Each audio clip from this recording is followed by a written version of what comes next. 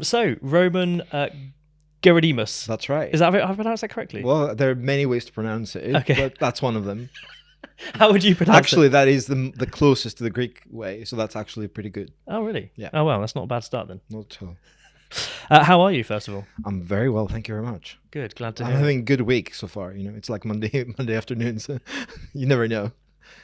Yeah, it's all downhill from this point here. Totally. Yeah. No, thanks so much for coming here and chatting to me today. Pleasure. I guess we should probably open just by maybe introducing yourself. Tell us about the research that you conduct and what you do here at Bournemouth University. Sure. So I am a professor of global current affairs. I'm in the Department of Communication and Journalism in the Faculty of Media. I have been around for a very long time, so something like 21 years. Definitely longer At the university? Yes, indeed. Wow. Definitely longer some of the buildings around here. That's for sure. I have quite a broad range of interests. So I also get bored very easily, which means I dip in and out of different fields and disciplines and so on. But broadly, my background is in politics, international relations, and then media and journalism. But basically, I teach global current affairs. I teach across various programs related to politics, IR, journalism. I also do a lot of work with doctoral students. So research at doctoral level. And in terms of my research, at the heart of it is the concept of engagement, how we engage with each other, with ourselves, with public space, with the world at large, but most of all with public affairs, with global affairs, with what is happening around us, with the news, with issues that matter, and whether we engage or whether we don't engage, basically, Right. and what actually drives us to engage and what drives us to disengage. Well, that topic, I guess, is ever changing at the moment, isn't it? I mean, probably faster than it ever has in the history of news, let's say. Yeah. How does that make your job interesting, or what does that create challenges? Oh, totally. I mean, there's incredible change, and incredibly fast. There are some deeper, broader patterns there around how it's all about how the individual connects with the world at large, and that's a bit slower. It's still sort of changing, but it's changing. You got the sort of in the background, if you like, at a slower pace.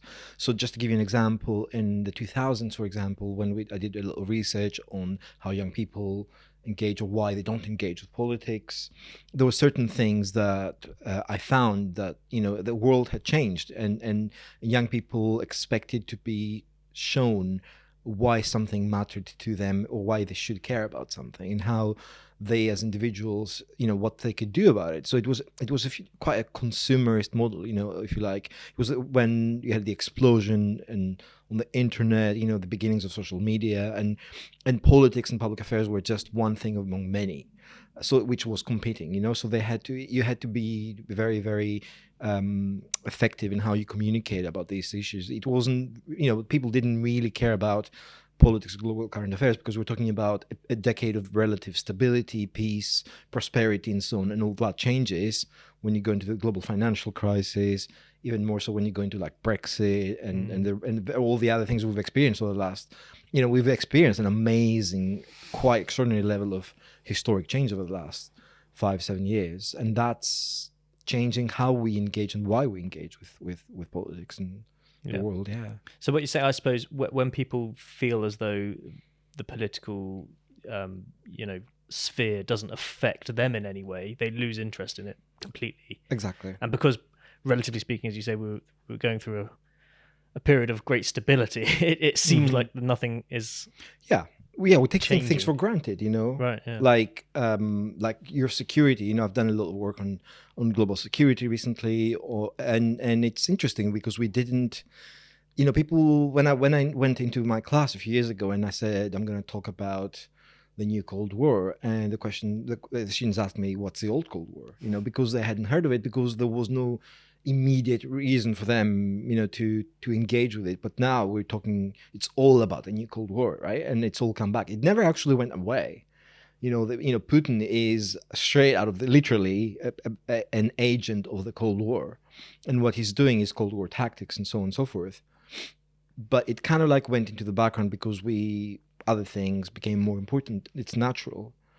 So it's how you kind of like ride these waves of things that are in like trendy or people talk about, and then what are the deeper undercurrents that actually will hit us in a few months or years time. Right.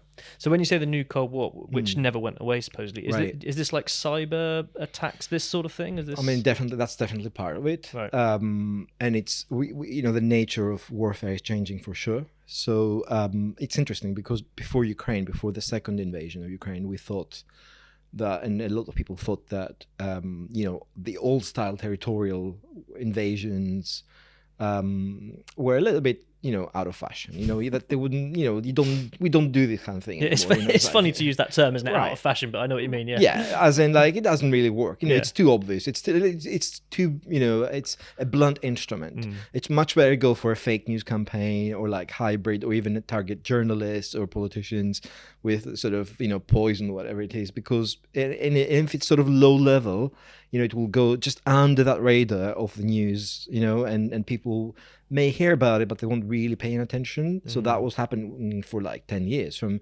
2004 to 2014 until the first invasion. There was so much low-level Cold War stuff happening in Europe, mainly from Russia, right? And then, but when something like the Ukraine invasion happens, that immediately reminds you, it's a shock to the system. It reminds of what is at stake.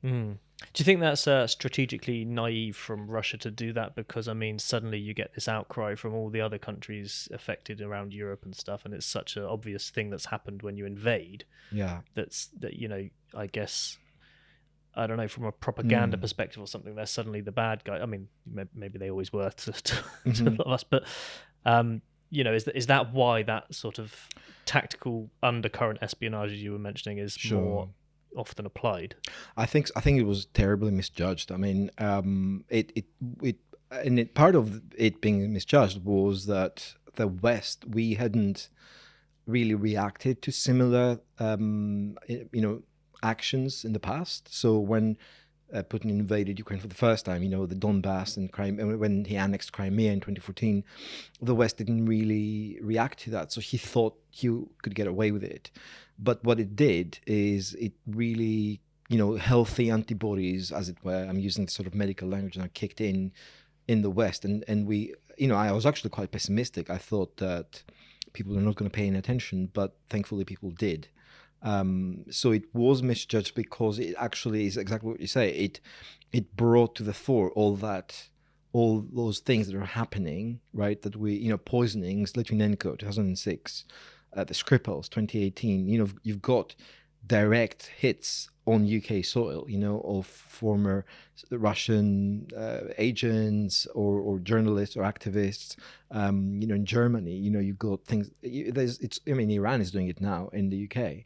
They're targeting not just Iranian activists or dissidents, but people who talk about Iran in the UK. So there's a lot of that happening, and it never actually stopped. If you look at the data in terms of what's been happening over the last 30 years, yeah, of course it became much less common, but it never completely went away. So it's those things, if you like, because I've done I'm international relations scholar by training, as it were, and IR theory is almost like the mathematics of social science. It's kind of like a very square logic. It doesn't always apply. It went out of fashion when globalization was riding on a high. The EU was doing really well. The US was sort of this neoliberal superpower, and everybody thought the history is dead and so on and so forth, right? And then so that sort of cold, cynical power politics view of the world was literally out of fashion. You thought as a dinosaur if you spoke in those terms, but it's all coming back now because countries are starting to behave to subscribe in that model, and then the more you do, it's like a vicious circle. The more people put law and globalization and human rights aside, and they operate in conventional power politics, then it just becomes like everybody's doing it, so I have to, it becomes like a prisoner's dilemma. You don't trust anybody, so you go back into these very primal ways of functioning as a state. All right. Do you think we're in the middle of a transitional period of some sort right now, or 100%? Yeah, totally. And what do you see as the end result? Can you try and predict that or not? I don't know. I mean, if you think about it, if you think about sort of, and I'm obviously simplifying that, but if you think about big periods of, historical change, so 1945 to 1989, the Cold War, 1989, I would say the beginning of the end of this post-Cold War period was 9/11. For me, 9/11 is the moment when everything changes. And, you could feel it at the time. It was this huge event that like that day, the supremacy of the US symbolically was hit, but then all the mistakes they made strategically, overreaching and, going against, the UN and in public opinion, Afghanistan, Iraq, and so on, that really was the unraveling. So we've been witnessing this unraveling for the last 20 years. So I think we're now in this middle of this transitional period. The Cold War and post-Cold War eras are over. We don't quite know what the next step is going to be. It could be a global disorder of some sort, like, an anarchic system where everybody's going back to, an arms race and literally spying and killing, people through drones and it's just like a very, very violent world. It's quite a grim view. Another view would be that the more sort of liberal norms, the democratic norms will prevail, that maybe Putin will eventually be defeated, that maybe Xi Jinping in China, who's, doing all sorts of things from a genocide to neocolonialism, will also be domestically challenged, and that he will find a limit to what he can do globally. And that some sort of, you will never go back, well, not in the near future, to sort of this 1990s, US-led model, but maybe we can come to a more, peaceful, stable arrangement globally, that in which you have a better voice for the global south, for example. There's all sorts of things that we can improve in the model. It's not like that the world was perfect, for the last 30 years or anything like that. When you say the global south, do you literally mean the southern hemisphere? Yes, and mainly we're talking about what we used to call the developing countries, but it's much broader than that. It's not just about economics. It's about, for example, the fact that Brazil, Argentina, South Africa, well, actually just Africa generally, India. These are huge parts of the world with billions of people, and they don't, for example, have a seat at the permanent seat at the Security Council, or they're very underrepresented in global forums of decision making. It's really hard to change that system. It's a system that was put in place after World War II, after the Holocaust. The current configuration of the system is very much a product of what happened in World War II. And I don't know how that can continue for much longer, Yeah. Sounds outdated if it's lasted that long. Yeah. And it's still in the same sort of structure as it was previously. Yeah. But it's also very, very inflexible, right? It refuses to change. And I get why, but it's dangerous because it means that at some point it stops working. Yeah, of course, yeah. You mentioned earlier that you did some work with around NATO recently. Yeah. Are you referring to the chapterized film that you directed? Yeah, I haven't watched all of it. I'll hold my hands up, but I've watched bits of most of the episodes. Sure. I will get around to it soon. I promise. But no. So does NATO play some sort of part in all this transitional stuff that you're talking about as well, and how that's going to change? Because the final episode of that sort of discusses NATO in the 21st century. Yeah. Do you think that has a big part in all this? Well, they would like to play a part, but I mean, it really is an open question. They really are looking for a way to operate and function in the 21st century, because NATO is a typical example of a 20th century organization. They based on consensus. Every country can veto decisions. Like, Turkey right now is stopping the accession of Finland and Sweden into NATO. So it's a model that is based on consensus, and that makes it really super hard for an organization to be flexible, to be able to address challenges. It's a very, the infrastructure and the bureaucracy of NATO is very strong because they have a lot of military might, right? And they are a defense alliance of some of the most developed and rich countries in the world. But the political decision making is just good old politics and good old negotiations between sovereign states that are on a quid pro quo basis. So, and that makes it hard. So NATO is not like, this sort of standalone organization that can make up their own decisions. It's not down to the, as it were, the civil servants of NATO to make decisions. It all has to come from governments. So it's still about slow diplomacy and negotiations, and that delays things. But obviously, it's important. It's still important. Right. I mean, I'm out of my depth with all this stuff, I'll be honest. You're teaching me a lot here. Nah. I mean, earlier you mentioned that you're someone who gets bored easily. Yeah, I mean, it doesn't strike me as that at all. You're totally. carrying all this information in your head about this incredible global perspective that just seems amazing to me to be able to hold on to all that. Do you ever reflect on how that affects you as a person, maybe, or... It's definitely stressful. I mean, it's like, I don't know. I mean, I was hyper... Is there a constant angst that you're walking around 100%, but that's probably who I am as a personality. I mean, okay. I was into politics and global current affairs since I can remember myself. So, which is an uncool thing to say, but I was like watching parliamentary debates when I was like 5 years old. That's not a normal thing to do for a 5-year-old kid. Yeah. Wow. It's like, that's not healthy, But then you kind of like I'm like 46 now, so 40 years of reading newspapers and like watching shit happen, and eventually you start to get a sense, like a longer term sense of the world. It's really interesting, that combination of day to day. So my advice to my students is always just like read a newspaper every day, because nothing can really substitute that kind of familiarity you get about what's happening in the world, and sort of having a sense of this timeline, like you say, right? Historical, exactly, how things are shifting exactly. over time. But right. The only analogy I can use is that you just have like this massive, bag or box, and you're like throwing in a tiny stone every day. And then, like, over time, you're building this sort of mass of information, and I think that what that does is it helps you just kind of like assess new bits of information. You can like place them in the right slot, if that makes sense. So I notice a lot of my students are struggling to make sense of the news, and we've seen it in research, and it's completely understandable, because you can't.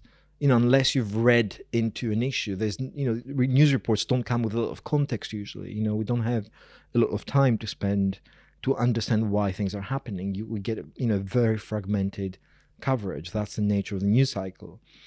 So you kind of like need to invest time to really understand, like, why is there a war in Ukraine? Why did Brexit happen?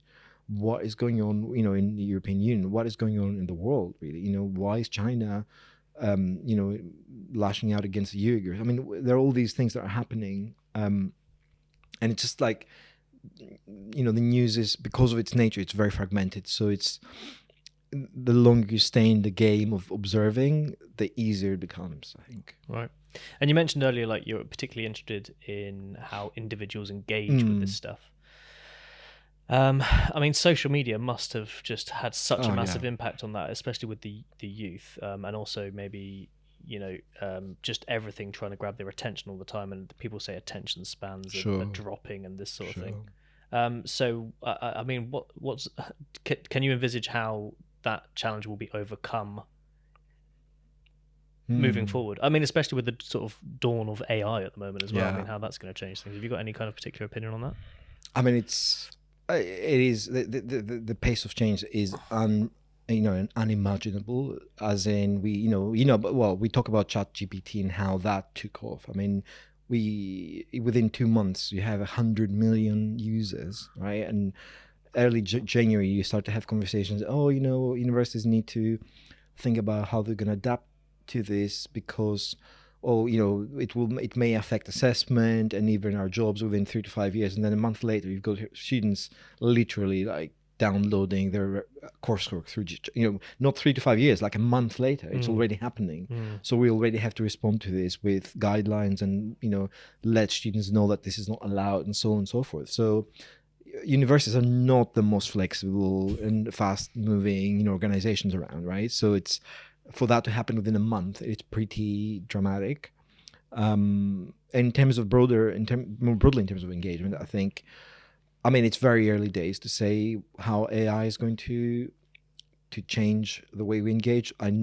What we can say, because it's been around, algorithms have been around for a while, and we know that changed how we engaged, because algorithms are based, well, depends on who's running the algorithms and how they're set up. But primarily what's happening today is that they're trying to maximize profit, and they're trying to advertise or show us material that the algorithm thinks that we're interested in.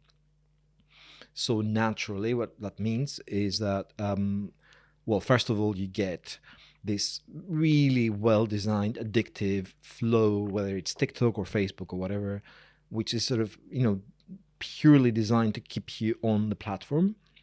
And that creates all sorts of interesting questions. Does it mean that you spend less time exercising, socializing, sleeping, reading, doing other things? It's not, for me, it's never about, oh, this technology is bad. It's not about the thing per se. I genuinely don't think that anything that we've seen is bad per se.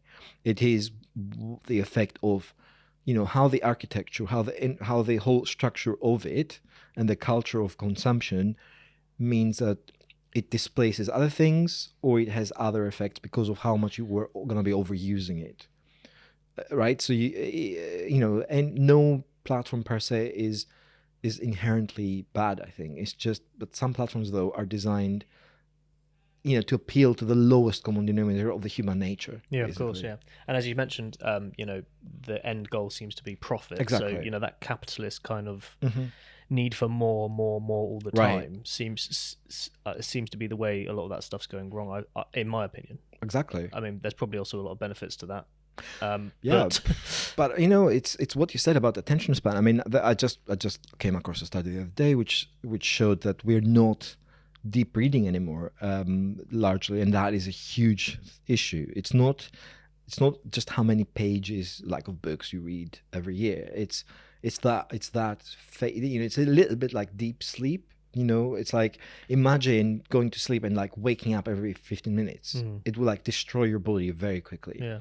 So deep reading means that you are immersing yourself in without distraction, which means that only at that point of deep reading is the brain able to make those connections, right, to other things you've come across before, or your imagination kicks in, your creativity kicks in, you start to take notes, you start to imagine, you just you lose yourself. So for that process to happen, you need that sort of, let's call it deep sleep, version of deep reading. And because of how we read and when we read and where we read, that's becoming much harder. And so if that is lost, we're losing a series of faculties or functions that I don't know, maybe we can recreate them elsewhere. I don't know, maybe it's but this transitional phase where we're losing them without actually having found them elsewhere, that's a bit risky, you could argue that we've been losing those for centuries. You think about some of the Renaissance thinkers, right, who clearly had lots of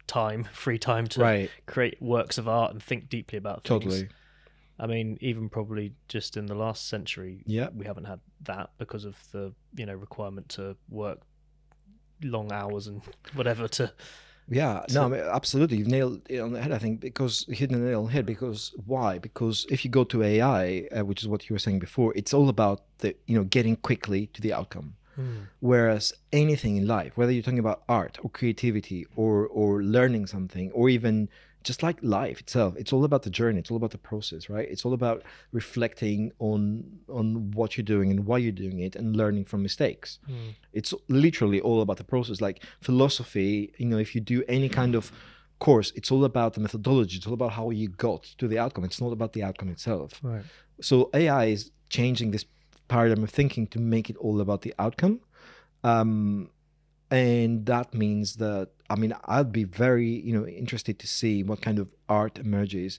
I'm not talking about pastiche of art. I'm talking about art that is, done. I mean, maybe in the future, putting prompts into an AI generator will be some kind of like art making. I don't know. I mean, I find this really interesting, this idea that, is at what point do we say AI is now creative? Right. That's quite an interesting argument, isn't it? Because is it already? It's creating something, but it's based off of a whole database of other stuff. Yeah. But one could argue that that's all that human creativity is as well. It's just totally. It's just we're just relying on the references through our entire life experience to create something we've made, and there's nothing truly original. People say. Yeah, I mean, you can make the same argument for like human beings, as in you get socialized in an environment where you come in contact with references, right, from all kinds of media or art. So I'm sure that anything I create, either consciously or subconsciously, will include and remediate and mix bits and pieces from others. So that's, human beings do it, but I don't know whether that is qualitatively different to what AI does or will ever be able to do. So that's one thing. And the other thing is, I would challenge people to think about big movements in art and when these flourished. And I would challenge, people to tell me one movement like that has been historically important, significant in the last few years. And maybe it's too soon to tell, that this underground movement really changed art. It doesn't mean that, the art movements of the 20s and the 30s and the 40s were mainstream at the time. Maybe they were niche, maybe they were elite, right? And then maybe it was only through generations of other people that we realized their importance. I get, but I can see there being a crisis in art and creativity, not because people will stop creating, but because the dialogue that takes place through those communities of practice changes. And also the audience is fragmented. Very much so. Well, which some people see as a good thing, the democratization of, say, the music industry, for example. Right. How anyone can produce things and put them on SoundCloud or Spotify. And there's two sides to that, right? So one side is anybody can produce, in theory, anybody can produce music. I've spoken to people who are in the music industry, and there are different business models, and there are business models which mean that certain artists, breakaway artists, can maybe succeed where in the past maybe they wouldn't have. But if you think about the business model and the gatekeepers of those industries, I just think it's actually a lot harder to have a sustainable career in the creative industry. It's just a lot more fluid and a lot more uncertain. As in the past, you knew what the rules of the game were. You knew what you had to do to build a career, and you had to go through the gatekeepers. And of course, no gatekeeper is perfect, but they had certain criteria, qualitative criteria. And once from Napster onwards, I mean, talking late 90s now, early 2000s, the structural infrastructure, the structure of the music industry changes to the point where it is just harder to have original content or quality content, because people, it's just more attractive to the music industry for you to compose using a formula that they know works. It doesn't mean that there isn't amazing creative original content out there, but it's harder maybe for that content to find an audience, a wider audience that will make it sustainable for you to live doing that job, I think. Yeah, absolutely. And you described it as a bit of a crisis kind of thing there. I do think there is a bit of a sense of hopelessness at the moment with art because of this idea of originality, right? And we've almost like gone down the rabbit hole so far that we now know that nothing's kind of original, and we question what even is art, because we have just like a blank canvas on a wall in a museum when we call it art. We've like almost questioned it so much to death, and it feels like where do we go from here? No, absolutely. And I mean, it's that meme of like, oh, I could have done that. When you go into like a modern art museum, you think, I could do that. I'm sure I could like do that. That line or that whatever. But and I mean that is a healthy debate, and it's been going on for a few decades. But I still, I'm pretty sure there is a massive. I mean, I think art is now more important than ever. In humanities studies. I just think, when you ask me how things are going to go in the future, I just think eventually you'll see the people who invest in creative in art, in art making, or in humanities, in history, philosophy, critical thinking, they will have a massive advantage because those are the skills that will be become more valuable and rarer, I think.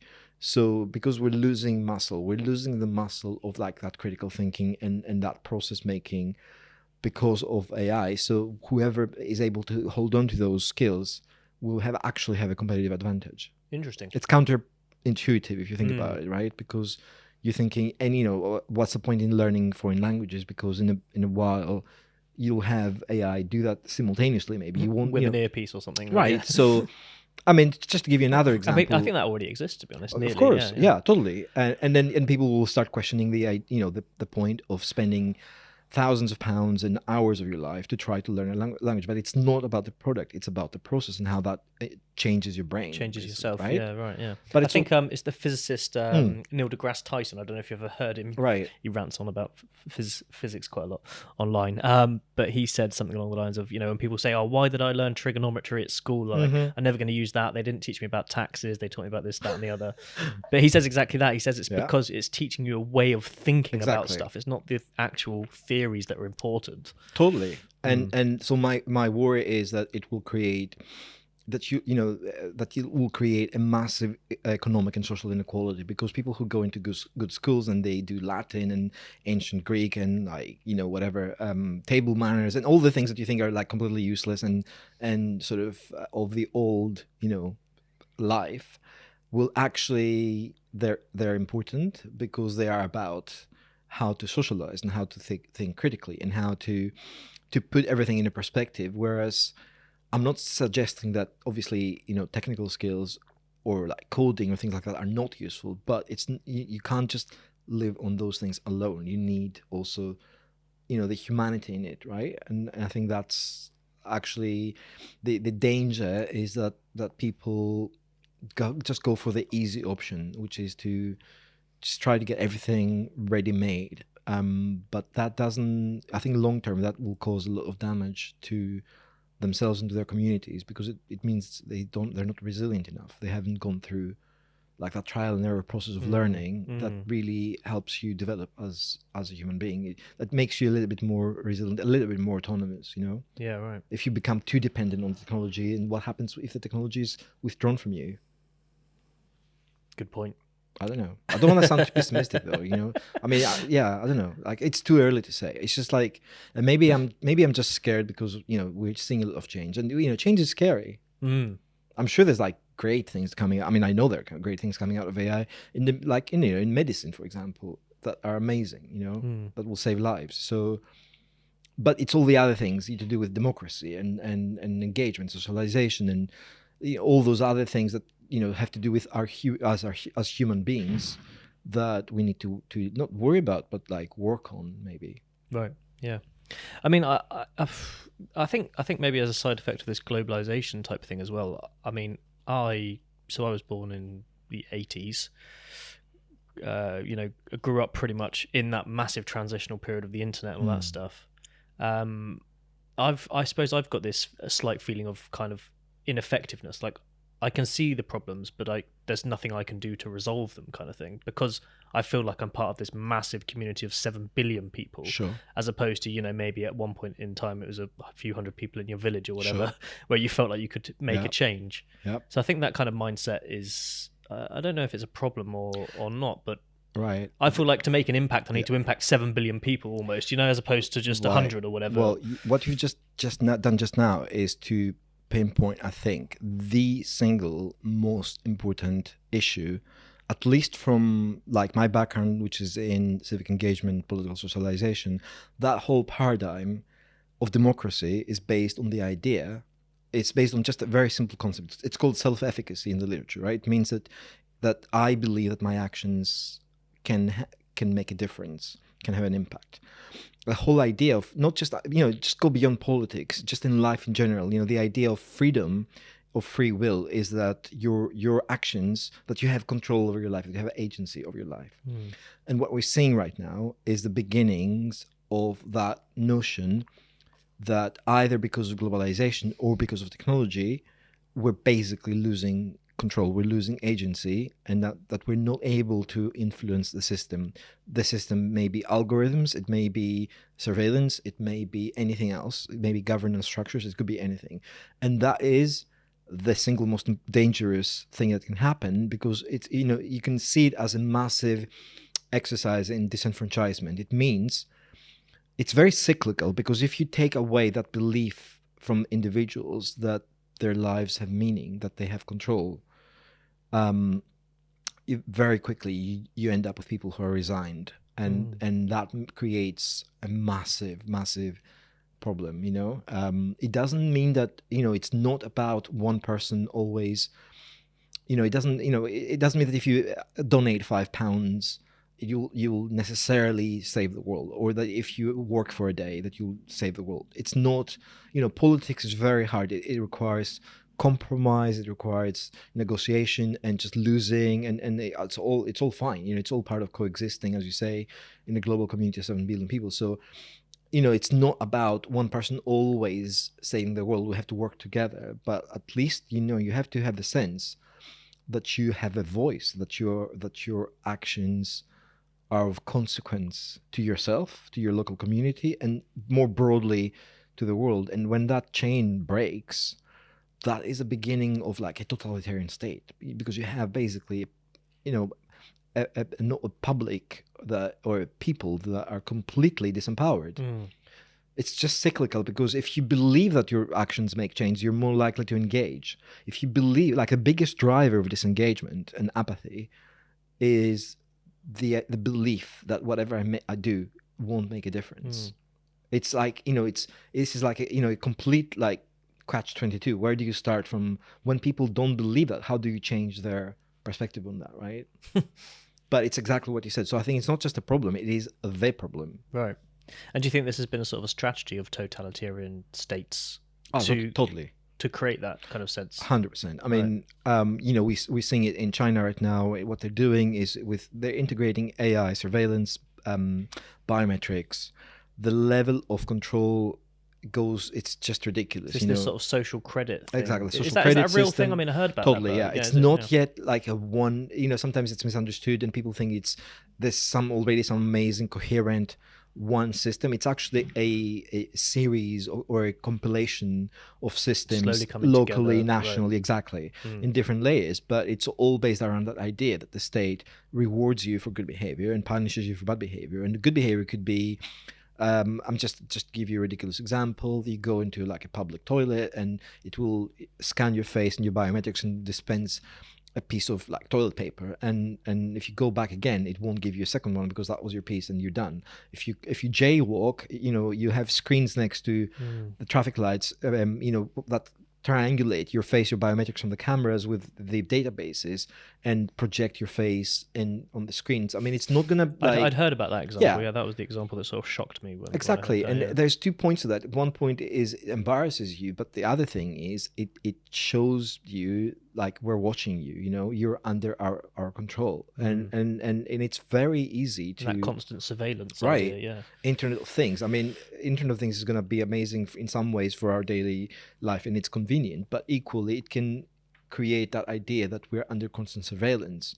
I mean, if we stop trusting that we have at least minimal privacy right at home, like, we just become paranoid. Yeah, there's I don't know if it was a real prison or just I think it was a real prison, a theoretical one, where the guards are in the middle. I can't remember what it's called now, and all the prisoners are around the edge, right, with their cells facing the middle, so at all times like they can be seen. That's what it's called. That's what it's called. Yeah, it sounds a little bit like and I think they all pretty much went crazy. I can't remember if it was just theoretical or a real thing, but maybe it was a real thing. Anyway, so you do a fair amount of teaching here at the university, and what else do you do? Do you enjoy the teaching as well? I do. It's because that's sometimes a bit of a split between some people. Totally. No, I mean, I hope my students won't hear this, but teaching is actually like going to the gym. You feel bad going into it. You feel amazing when you come out. Oh, that's nice. Yeah. I don't think they would mind that, your students. Right. So it's like, I hope they don't mind saying, like, sometimes, you having a bad hair day, or you feel, Yeah, it's a feeling of under the dread that you're weather, gonna have to like, stand up and talk in front right. of people at times. And, Yeah. or like just sort of preparing whatever it is. But Yeah. the actual interaction is always rejuvenating. I've gone into teaching with like fever and being ill and like, heartbroken, and like all sorts of things were happening to my family, to me. And like, it's like, you have to, you're an actor and you have to go and play in the performance, and we get paid so that we show up at the time and then deliver, like, for whatever time in whatever situation we're in, right? So you kind of like have to become professional and learn to like live with it. But actually you end up realizing that that's really therapeutic, because that interaction, you leave the room and you actually feel pretty good about things.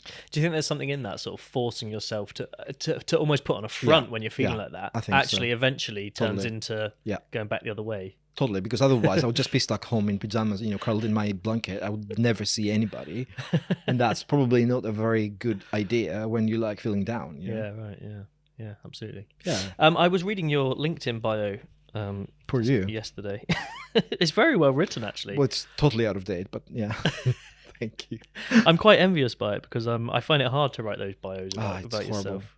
But do you mind if I read some of go it? for it. Because I mean, it's mind blowing. Feel sorry for your listeners, but like, if you want to, if you really have to. It's mind blowing to me how much you've been involved with. So Roman has led research projects funded by the UK Department for International Development, NATO, the US Embassy in London, the Independent Social Research Foundation, Dionysos, if I pronounce Dionysos, okay, and the Greek Ministry of Foreign Affairs.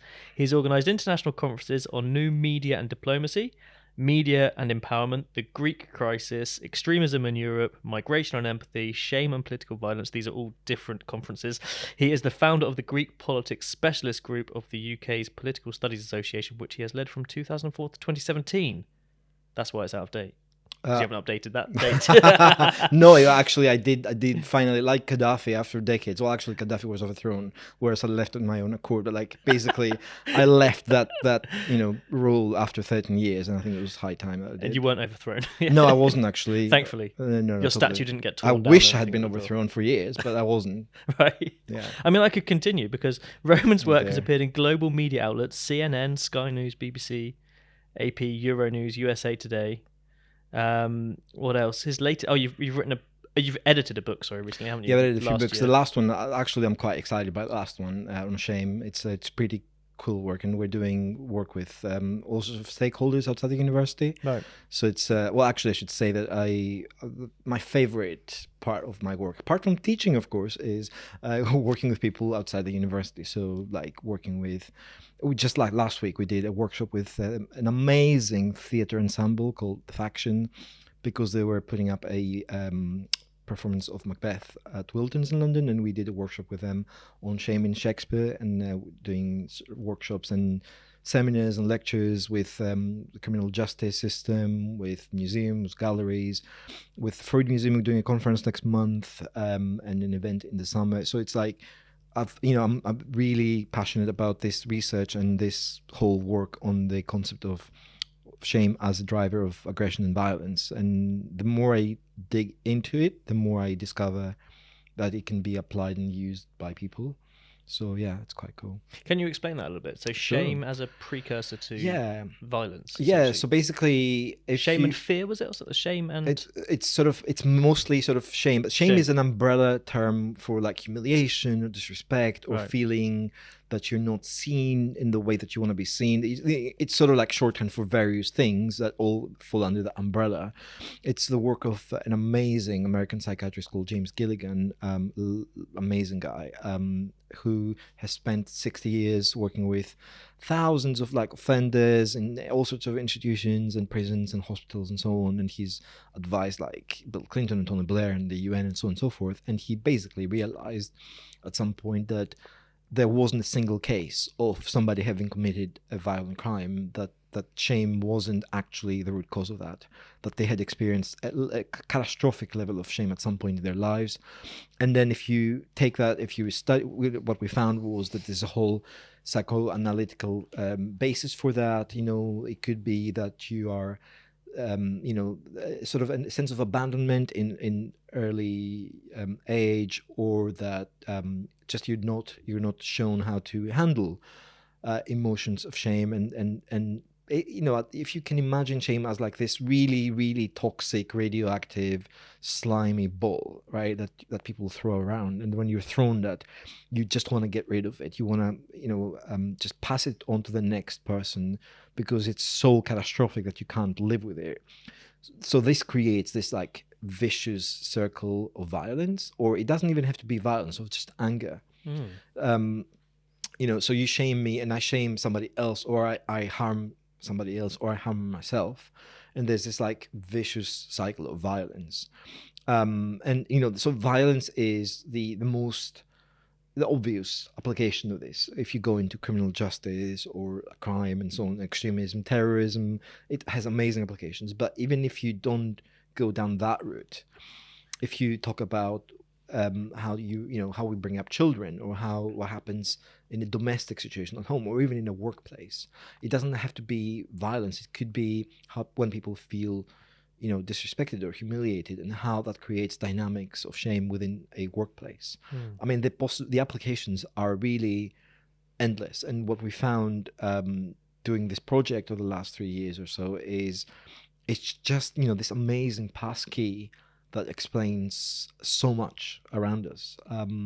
And it seems to be that something that people immediately like recognize. In the same way that when I first came, when I first encountered the concept in that work, I was like, "Wow, God, this is really amazing. This works. This explains so much." Right. Does that tie in with your other research about global current affairs? Does it play any part in that? To an extent, it does actually. Yeah, because it has to. I mean, it is, you can apply it to how why states go to war, like war from the Bible onwards, from the Homer onwards. It will. I mean, it's all started with somebody cheating on somebody's wife or husband or whatever, in typical Greek stuff. It's like, or it was just that idea of like going to war to restore pride. So pride, finding a way to restore pride is key to shame and violence dynamics. Right. So wow. Totally, yeah. Interesting, fascinating. And do you feel like you've learned any particular lesson from that study into shame in how you deal with people or totally. yourself or anything? Sure, absolutely. And thank you for asking that. Actually, absolutely. I mean, for me, it just like, because I'm a human being, I get angry sometimes, right? And when I realized like that, just unpack your anger, just like stay with your anger, just unpack it, and just try to understand why you're getting angry.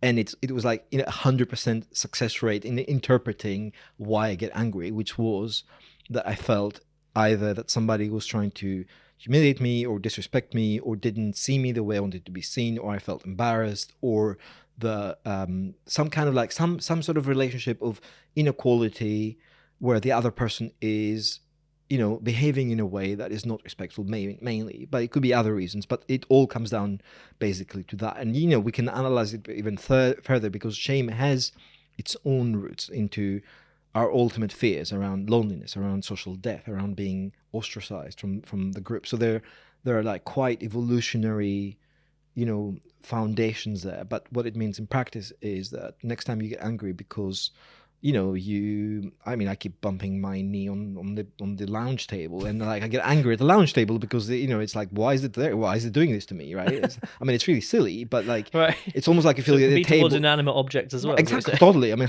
we all do it. Yeah. Bloody door. I'm usually more annoyed at myself. Totally. Of course. I mean, that's the main thing. A lot of shame is, and a lot of violence and harm is directed at the self. Right. And there are all sorts of like behaviors and even just thought patterns that are not I don't know if healthy is the right word. It's just like not helpful, unhelpful. Right. Yeah.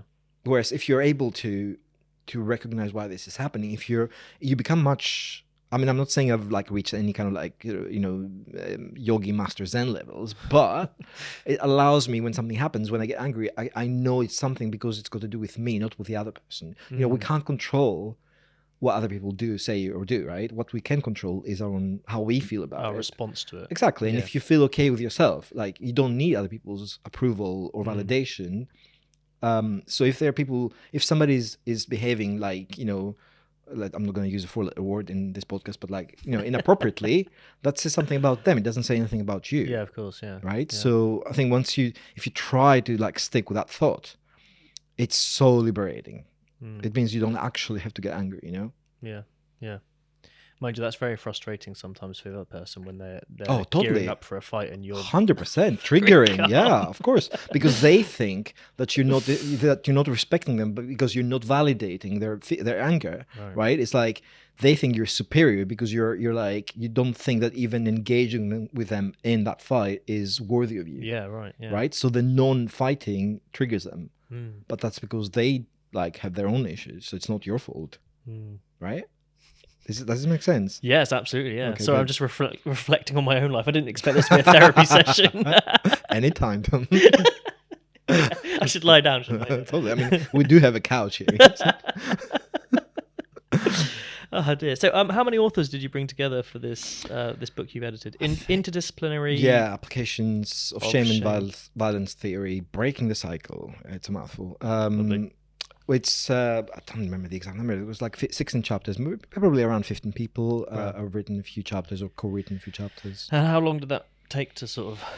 So the actual book project started in 2019. We gathered in Berlin for a residential workshop. We spent a week there, and that's when we started working. I started working on the proposal, but actually the actual book started in 2021, and got done it together within a year. So that was for academic timeframes. I don't know, people think this is crazy, but like for academic timeframes, doing a book like that in a year is like lightning speed. Yeah, it sounds insane to me. Yeah. I didn't even have to ask for an extension, which is unheard of. Did the COVID lockdowns help, do you think, at all? Gave people time to, was it around about that time? Yeah, no, totally. It was during that time, actually. I mean, I was sort of like, really reluctant to chase people up for chapters and so on, but then I think it was just that sense of resilience and like just keep going, just do it, I think it may I don't know if it helped or hindered because people had their own challenges and so on. So I think it in some ways it helped because we had more time to focus on our work, and in other terms it was harder because people had all sorts of challenges, that may delay them. May have delayed them. Yeah. Right, of course. Now it's been playing on my mind. I should have introduced you as Professor Roman. Oh, whatever. Yeah. Gerodimos. Yes. At the start, but I forgot.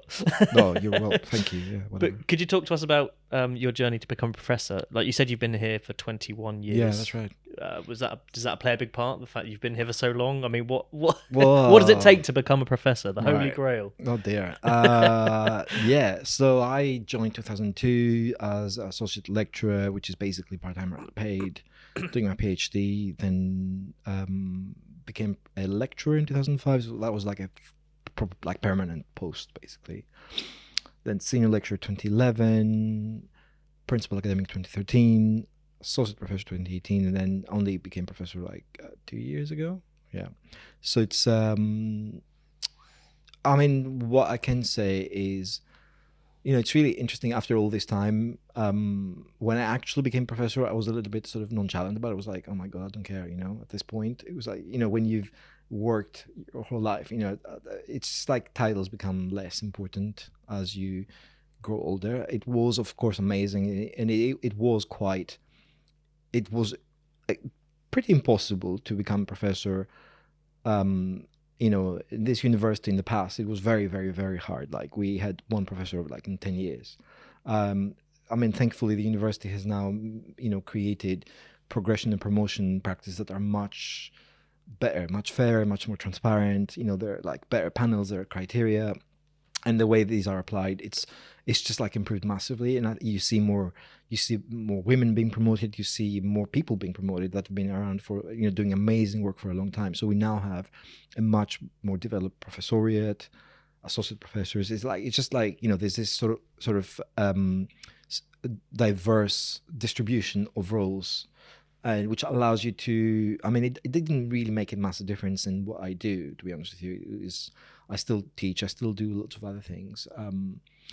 But I think, one thing I would say, and which you've like hinted at before, is, because I get bored easily and because I haven't strictly speaking, specialized in one discipline, right? Like just saying I'm doing just psychology or just political science or whatever it is.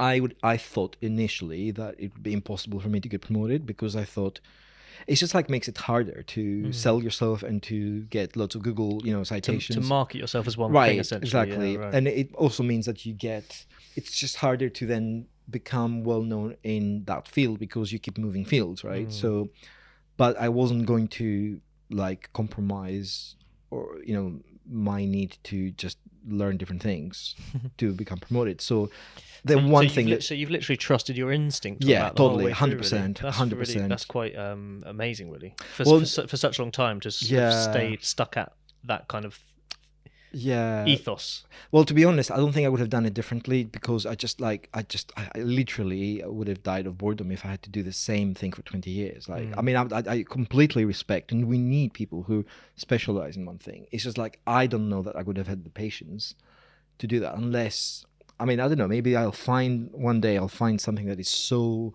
unending in its sort of insights that I will spend the rest of my life doing that. But I mean, the one thing I was like quite happy and proud about when that promotion happened was that I felt like I did it in my own terms, if that makes sense. Yeah, that's great.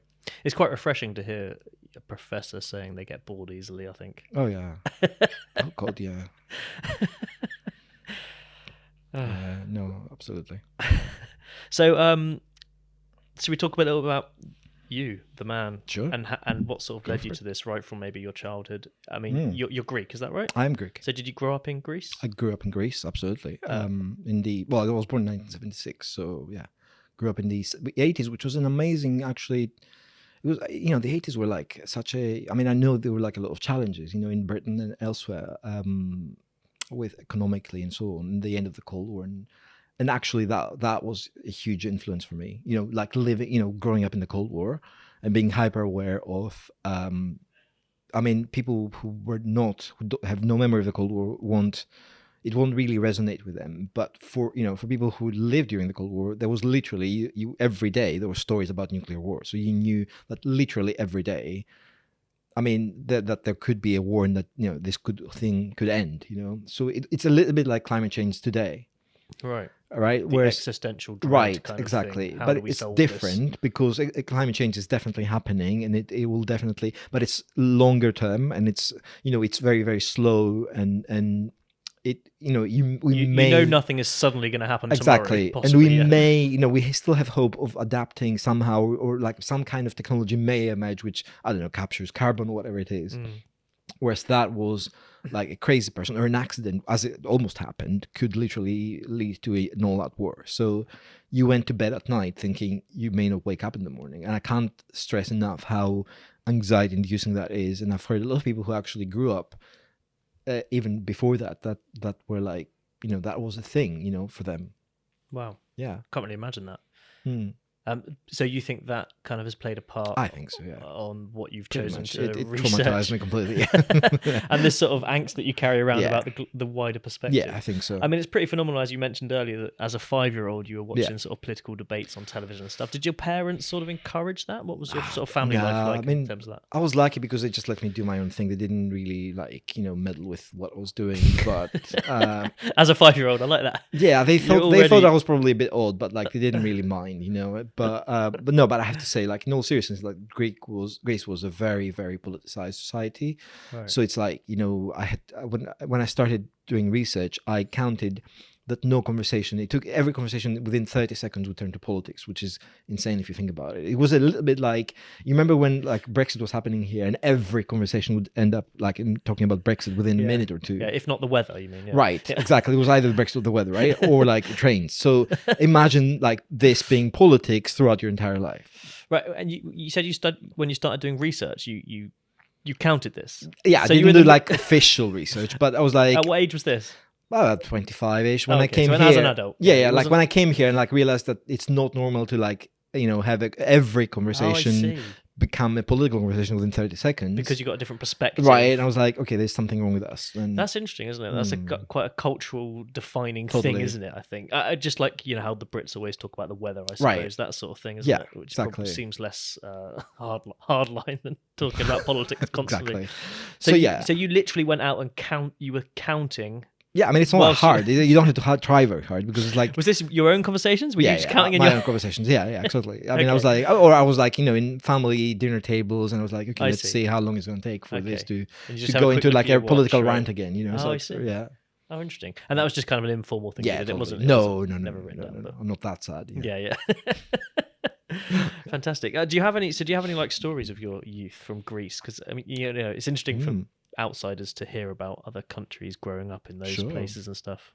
I mean, I would say that the 80s were for Greece, a period of like real hope, and the European Union was sort of coming together in the late 80s, early 90s. There was a sense of, Greece having left its sort of tumultuous political history with dictatorships and wars behind. There was political stability. There was a real sense of like hope and optimism. And even though it was a poor country, right, it wasn't by any means rich. It was debt-ridden, like always. But there was this sense that actually, if you study hard and you work hard, you can do, you can pretty much do whatever you want, which was amazing. And which is also partly why so many Greek people left Greece and sort of succeeded elsewhere around the world, because they had really received that, boost in their like efficacy, to go back to what we were saying before, that sense that actually you are controlling your own destiny. It wasn't, there was social mobility. There was that idea that if you study hard and work hard, you'll get somewhere. And that was an amazing time to be around. It was very hopeful. It was just very optimistic, cheesy music, 80s, whatever, it's like, it was great. And in the 90s as well. But I mean, now it's a very different story in Greece as well as in the UK, as elsewhere. It's much harder for today's young people to have that sense of security or that sense of prospect, that they will, be able to own their own home, or that they'll be able to have a stable job, or that they will be able to... It's the shifting goalposts. Exactly. Earlier, isn't it? We don't know how to achieve those things. That's right. For sure. It seems to be changing every year almost. Yeah. Or maybe even more frequently than that. No, totally. But so it was a great time to be around, and it was like loud. It was very social. So I have mainly like very good memories from like, say, growing up in the 80s and 90s. Yeah. So at what age did you move away from Greece? I was 24. 24, and you came straight to the UK. That's right. Yeah. And where did you work, or what did you do before you? So I did my master's at LSE for 1 year, and then I hit like rock bottom because I couldn't find job. It was just like I like submitted my master's pretty much the day before 9/11 happened or something like that. It's my dissertation. So I started to look for a job in politics and international relations like as soon as 9/11 happened, which it was pretty impossible to find.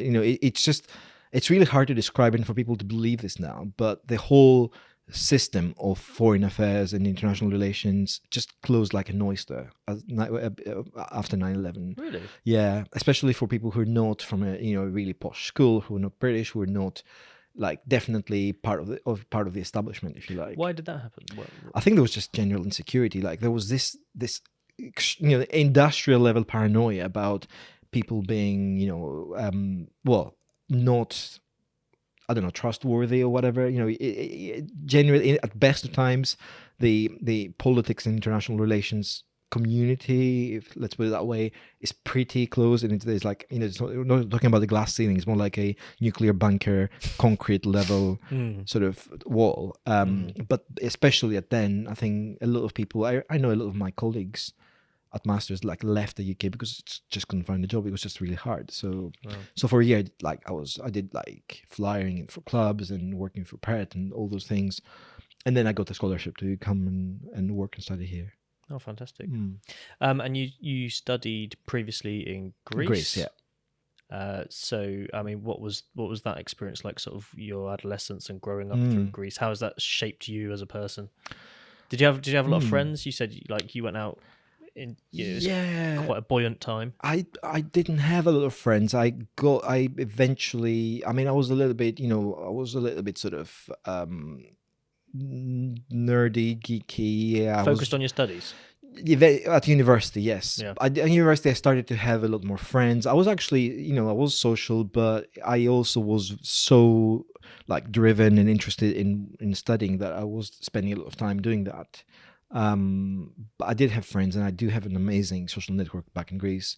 And it's amazing that like those relationships that I'm sure this is like the same for everyone, that you have when you're at school or university, how they, or like where you grow up, these like stay with you for your life. I don't know, there's something about that age and the relationships you form then that never actually goes away. And when I go back, it's like we never, it's not like I never left, basically. Yeah, I've reflected on that sometimes. I've got a really close kind of group of friends from school, and I wonder if it's because it's such a fragile and insecure time that those who are around you and go through that with you, exactly, you feel like this massive trust of totally bond between them, that they didn't, mock you at every moment of your embarrassing existence at that age or whatever. All the changes you're going through and stuff. No, it's that's a really good idea. It's very formative because you go through all that extraordinarily challenging time together, basically. So they've seen you like at your worst, and if they're stuck with you when you look ridiculous and you're doing ridiculous things, they're keepers, basically. Yes, absolutely,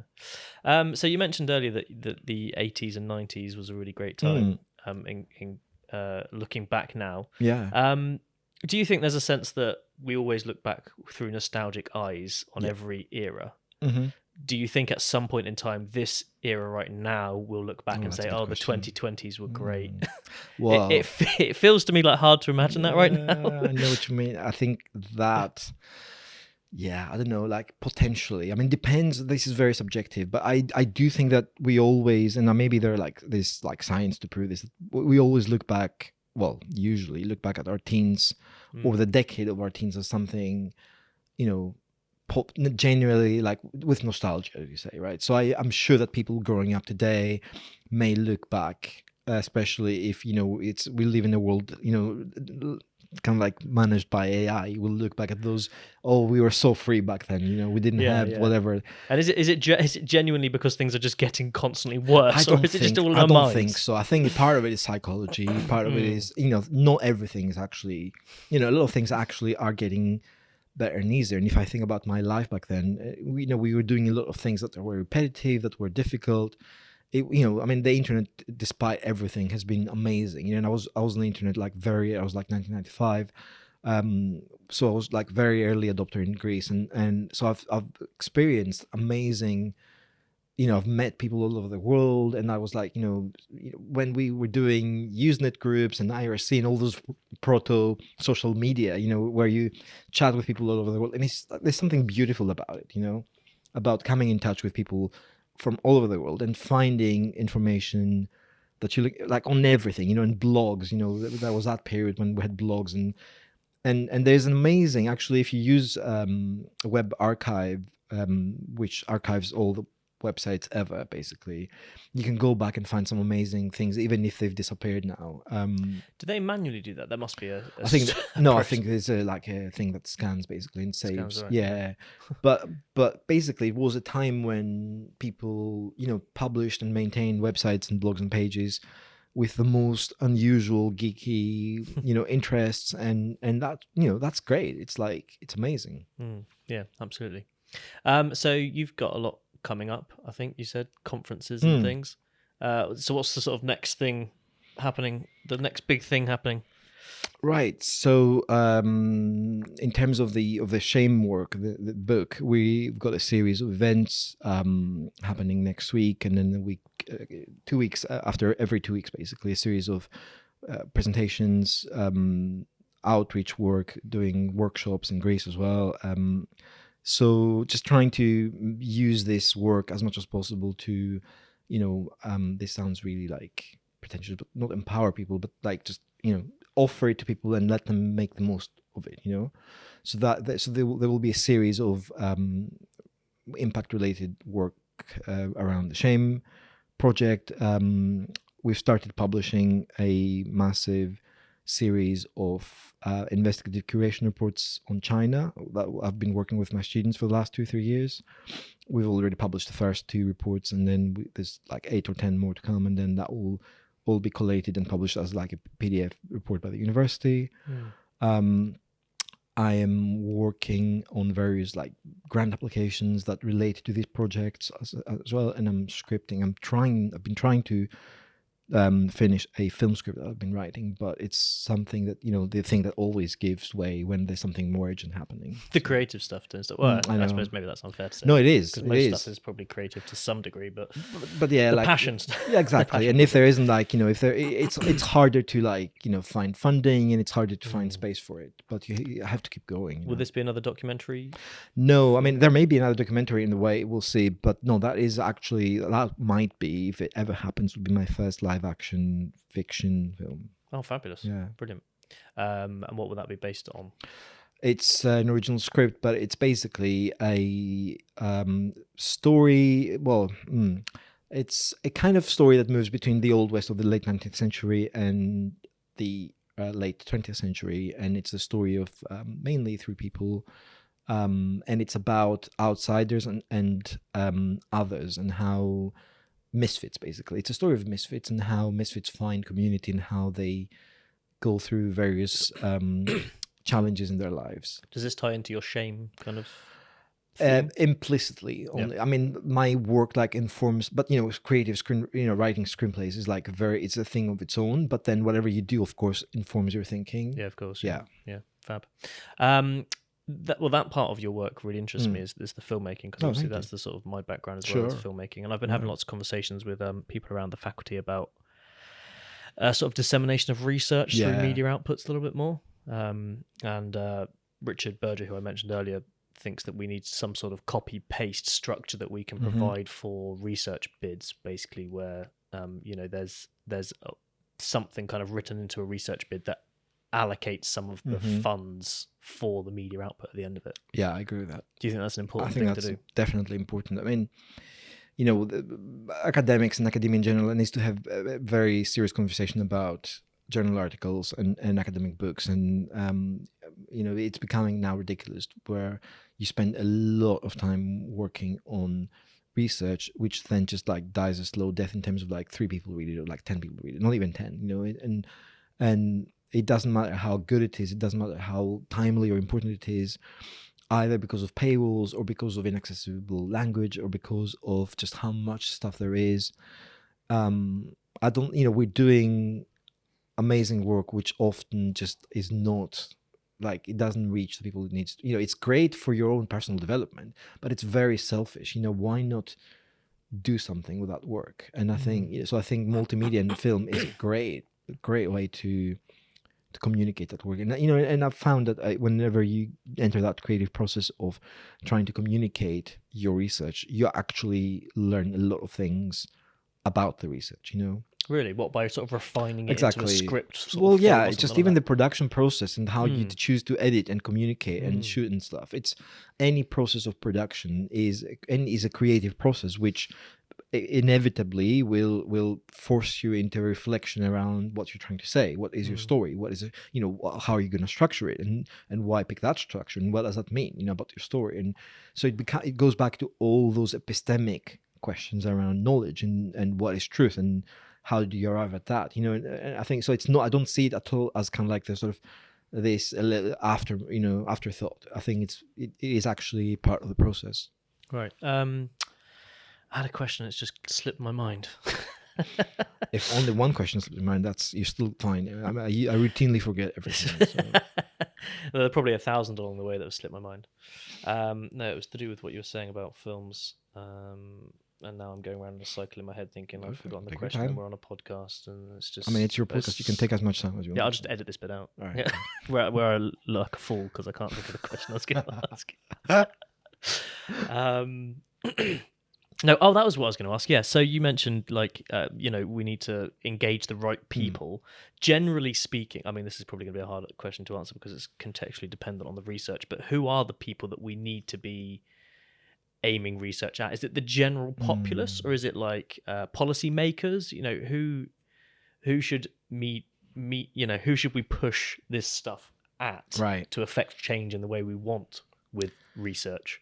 So I'm a romantic, right? I believe in equality and democracy, and I think that what I try to do, which is why I write a lot of pieces, like op-ed pieces for newspapers and websites, is that I think that it's important for the general public to get to, to encounter that work, to be able to, you have to be able to make that work available to a general public. Of course, depending on the work, like the work we're doing on Shame Now, there may be stakeholders like, people who are in criminal justice or carers or social workers who have a role that can then take something from that research and implement it. And then there's, then you enrich the system, right, in a way. But from my political / civic engagement / democracy, with that hat on, I hate that idea that, the public is like too stupid or too not uninformed or whatever it is to follow. I think I've been in festivals doing screenings, and I've done all sorts of events from like Texas to India, and I've seen amazing engagement from audiences, which has surprised me, and that sounds really condescending, but it surprised me to the extent of like knowledge and engagement. So people want to engage, and people can engage with academic research. I think we have to be a lot, we have to think about how we communicate our work. It's not, to include as many people as possible, because if you don't do that, if you're only speaking to the same people, what you're only doing is you're actually making inequality worse. You're widening the gap, you're not closing the gap. If it is the same people who have the benefit of finding out more information all the time, effectively what you're doing is you're widening the information gap. Yeah, absolutely. Hopefully this podcast goes some way to resolving I hope so. that issue, but we will see. And I don't mean just this particular one, but it's amazing. It's great. I love what you're doing, for sure. Thank you. I think that's a nice point to wrap it up, don't Absolutely. you? Do you have anything else you want to say? I don't think so, but thank you very much for having me. No, thank you so much. It's been a great pleasure. pleasure. I feel like I've learned a lot as well, especially about global current affairs and things. Good. That side of things is definitely alien to me, I must say. No, I mean it's everywhere, and I'm sure you're fully engaged. But we just give it a label, it's that. But thank you.